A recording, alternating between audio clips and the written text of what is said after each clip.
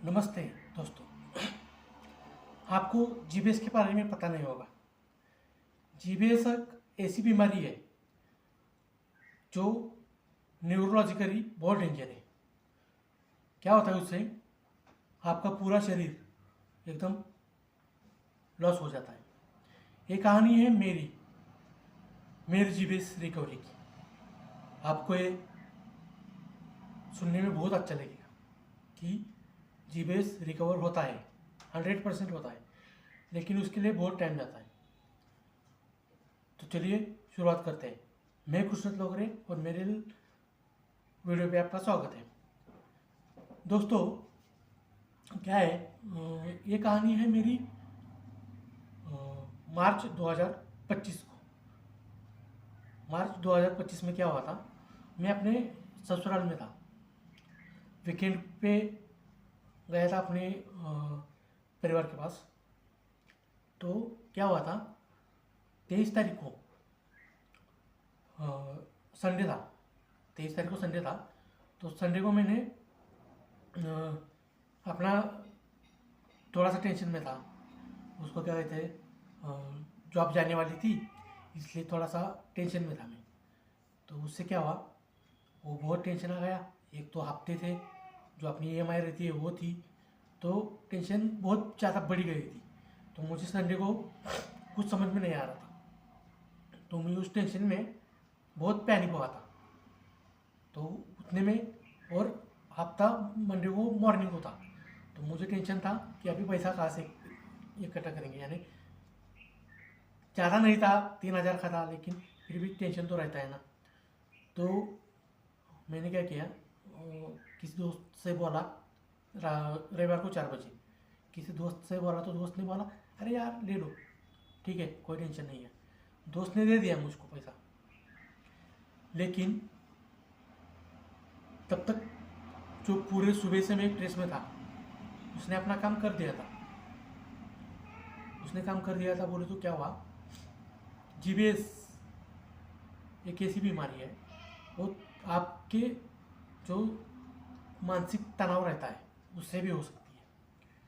तो हुआ क्या था, मैं टेंशन में था, तो पैसा मिल गया तो टेंशन फ्री हो गया। उसके बाद बच्चों में खेलने लगा। और खेलते वक्त कुछ नहीं था, थोड़ा सा परेशान हुई थी कि एकदम चक्कर आने लगी ऐसा। तो मैं अपना थोड़ा सा लेट गया। फिर उसके बाद रात को सो गए खा पी के, और सुबह उठ के बाथरूम के लिए जाने लगा। ये बात सुनिए, जो ध्यान से सुनिए। बाथरूम के लिए जाने लगा तो मेरे पैर ऐसे भारी हो गए थे, हल्का सा भारीपन उसमें पता चला। तो मैं थोड़ा सा टेंस हो गया, क्योंकि मुझे 2020 में जीबीएस हो चुका था। तो ये मेरा सेकंड टर्न था। देखिए, ये बीमारी इतनी डेंजर है, और ये 10 लाख लोगों में 100 लोगों को होती है। तो वो मेरे को 2 बार हो गई, दूसरी बार थी। तो मुझे पता चला था, वो थोड़ा सा क्लिक हो रहा था दिमाग में। तो बीवी बोल रही थी, चलो इधर जाके डॉक्टर को दिखाते हैं। मैं बोला नहीं, मैं घर जाता हूँ, यानी मैं अपने खुद के घर पे आता हूँ, ऐसा उसको बोला। तो वो परेशान हो रही थी। मैंने खाली चाय और बिस्कुट लिया और गाड़ी 2 व्हीलर से अपना 80 किलोमीटर निकल पड़े। उस दिन 1 घंटे में, जो मुझे 2 से 2.5 घंटे लगते थे कोल्हापुर से सातारा आने तक, उस दिन में 1 घंटे में आ गया। पता नहीं कैसे आ गया। आने के बाद मैं अपने बैंक में गया। मैं बैंक में सिक्योरिटी का काम करता था। उधर गया, सर को लेके, सर को छोड़ा। सर को बोला मेरी तबीयत ठीक नहीं है, मैं घर जाता हूँ। सर भी बहुत अच्छे इंसान है, इसलिए वो बोले चलो ठीक है आप जाइए। तो मैं अपना घर पे आ गया, नहा लिया और आके सोफा पे बैठा था। सोफा पे बैठने के बाद ऐसा खड़ा होने की कोशिश की, तो मुझे खड़ा होने के लिए नहीं आया। तो तब जो मेरे दिमाग में बात चल रही थी वही होने जा रही थी। तो मैंने वहाँ से 1 घंटा तक इधर उधर चलने का ट्राई किया।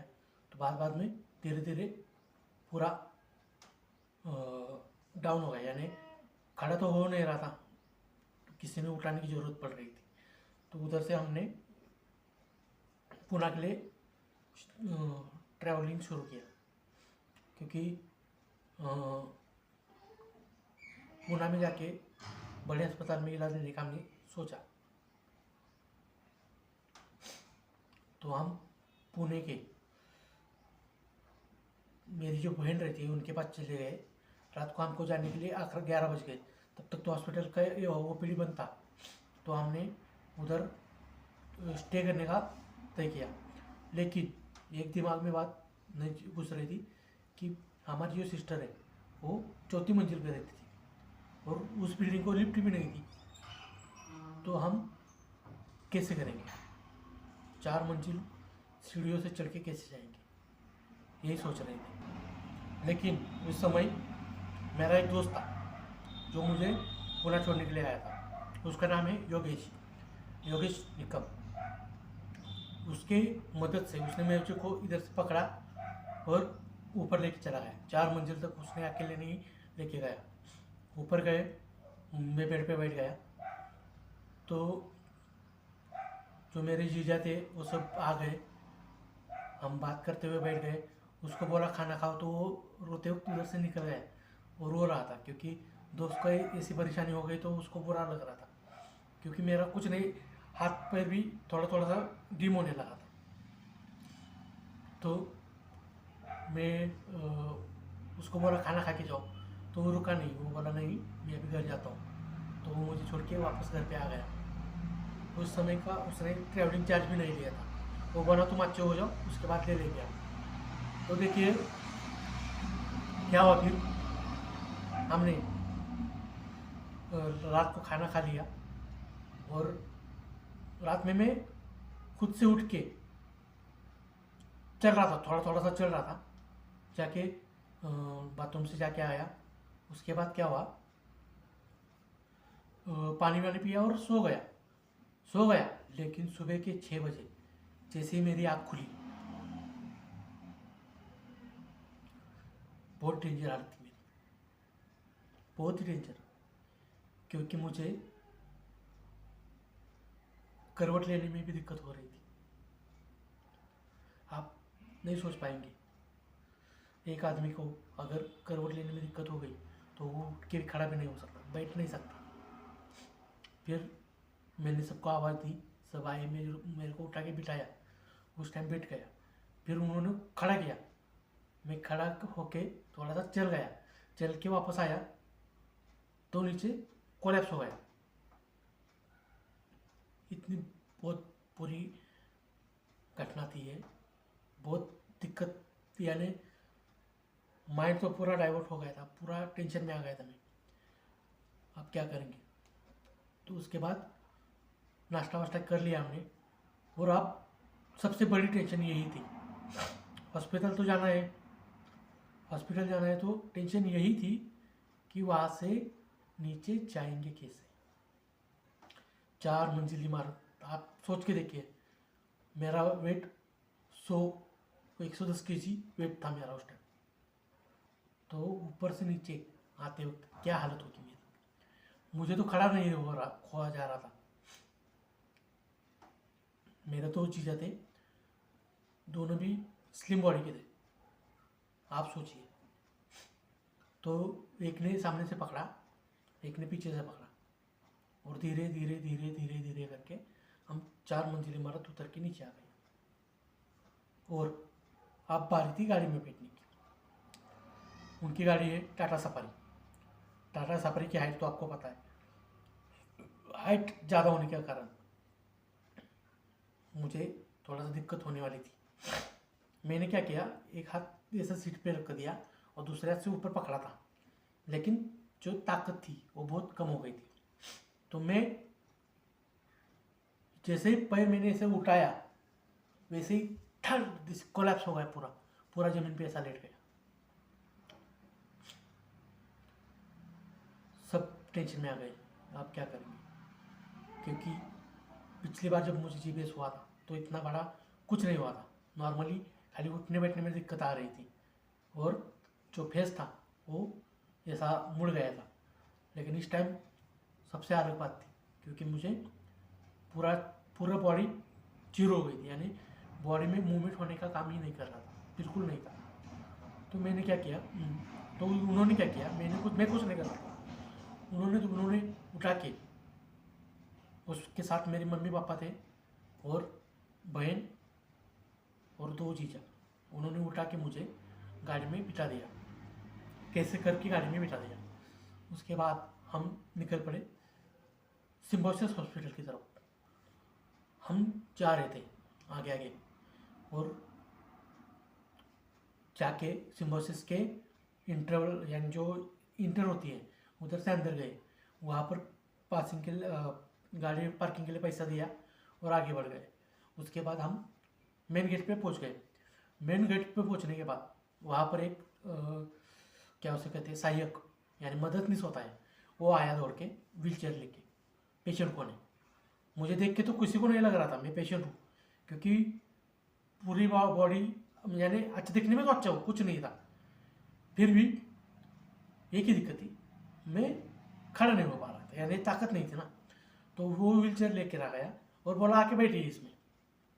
अब मुझे ही टेंशन आ गया था, कैसे उतरूँगा, टाटा सफारी से नीचे उतर के उसमें बैठना है। तो मुझे जीजा और उस जो मददगार था हेल्पर, उसने हेल्प किया और मैं कैसे करके व्हील चेयर पे बैठ गया। व्हील चेयर पे बैठ गया, इधर ख़त्म नहीं होता है, इधर से हम अंदर चले गए। पहले ओपीडी में नाम दर्ज किया। उसके बाद हम ओपीडी चले गए। ओपीडी में जो डॉक्टर होती है, क्या होता है, रूल रहता है किसी भी हॉस्पिटल का कि पहले चेकअप होगा, उसके बाद आप जो करना है कर सकते हैं। एडमिशन उसके बाद होती है, चेकअप होने के बाद। तो हम ओपीडी में चले गए। ओपीडी में जाने के बाद वहाँ पर बीपी चेक किया, शुगर चेक की। वजन तो नहीं चेक कर पा रहे थे क्योंकि मुझे खड़ा नहीं होने जा रहा। हर जगह पे जाते हो व्हील चेयर पे, वो 10 बार आ रहा था व्हील चेयर वाला, पेशेंट को नीचे ले लो, हमें लगता है व्हील चेयर किसी और पेशेंट के लिए। अरे भाई, मैं खड़ा ही नहीं हो पा रहा हूँ, तो तुम व्हील चेयर ले जाके क्या करोगे? मेरे तो पूरा टेंशन में था, अभी क्या करेंगे कैसे करेंगे पता नहीं। फिर रिक्वेस्ट की उनसे कि मुझे खड़ा नहीं हो सकते, इधर से उधर नहीं बैठ सकते। तो वो बोले चल ठीक है। स्टाफ आ गया, स्टाफ बोला रहने दो इनको, ऐसे ही बैठने दो। फिर न्यूरोलॉजिस्ट था, नहीं बेसिक डॉक्टर के पास चले गए, जो ओपीडी में डॉक्टर होते हैं उनके पास चले गए। वो बोले कि क्या होता है, क्या हो रहा है, हाथ ऐसे उठाओ, ऐसे उठो, ऐसा करो, ऐसा करो, सब कर दिया वो हमने। क्योंकि अभी ये सब जो चेकअप था उसका रूल है तो हमको करना पड़ेगा। उसके बाद उन्होंने फाइल एक बनाई दी, उसमें सब निकाला था, ECG निकाला था, सब निकाला था। वो फाइल को लगाया और बोले कि जो सावली मैडम है वो न्यूरोलॉजी के न्यूरो सर्जन है, तो उनके पास जाओ। अभी हम फाइल लेके, एक बंदा उनका हमारे साथ आया, हम गए तो उधर डॉक्टर अभी तक आया नहीं थे। डॉक्टर नहीं आए थे इसलिए हमने वेटिंग में बैठ गए। वेटिंग में बैठ के वहाँ पर भी वो बंदा आ गया, मुझे व्हील चेयर लगना है, मुझे व्हील चेयर। अरे यार, क्यों ऐसा बार बार आके परेशान कर रहे हो? वो उतने में एक उधर का स्टाफ बोला, यार उनको उठने में दिक्कत है तो आप व्हील चेयर दूसरी लेके जाओ ना, ये लेके जाओ बाजू वाली। तो नहीं, हमारी ही हमको चाहिए होती है। तो फिर डॉक्टर आई सावली, वो बोली कि सावली मैडम कि रहने दो, व्हील चेयर इनके साथ रहने दो, मैं बोलती हूँ आपके डिपार्टमेंट के हेड के साथ। सावली मैडम ने बुलाया अंदर, हम गए, बात हो गई हमारी। सावली मैडम ने चेकअप किया, बोले कि ऐसा पहले कभी हुआ था? मैं बोला हाँ मैडम, 2020 में हुआ था। वो बस 15 दिन में रिकवर हो गया था। उसमें बस खाली बस नहीं उठने के लिए दिक्कत हो रही थी, बाकी कुछ नहीं था। और जो फेस था उसमें थोड़ा सा टेढ़ा बनाया था। तो डॉक्टर ने बोला कि ठीक है ये सब हो जाएगा, आप टेंशन ना लीजिए। तो मैं टेंशन तो आई थी मुझे, फिर भी डॉक्टर ने क्या किया, कुछ लिख दिया उसमें। उन्होंने सब पूछा, उनका काम था, वो पूछा ड्रिंक करते हो, कितने करते हो, हफ्ते में कितनी करती हो, ऐसे सब पूछते रहते हैं। पूछा उन्होंने, हमने अपना सही सही जवाब दिया। तो उसके बाद उन्होंने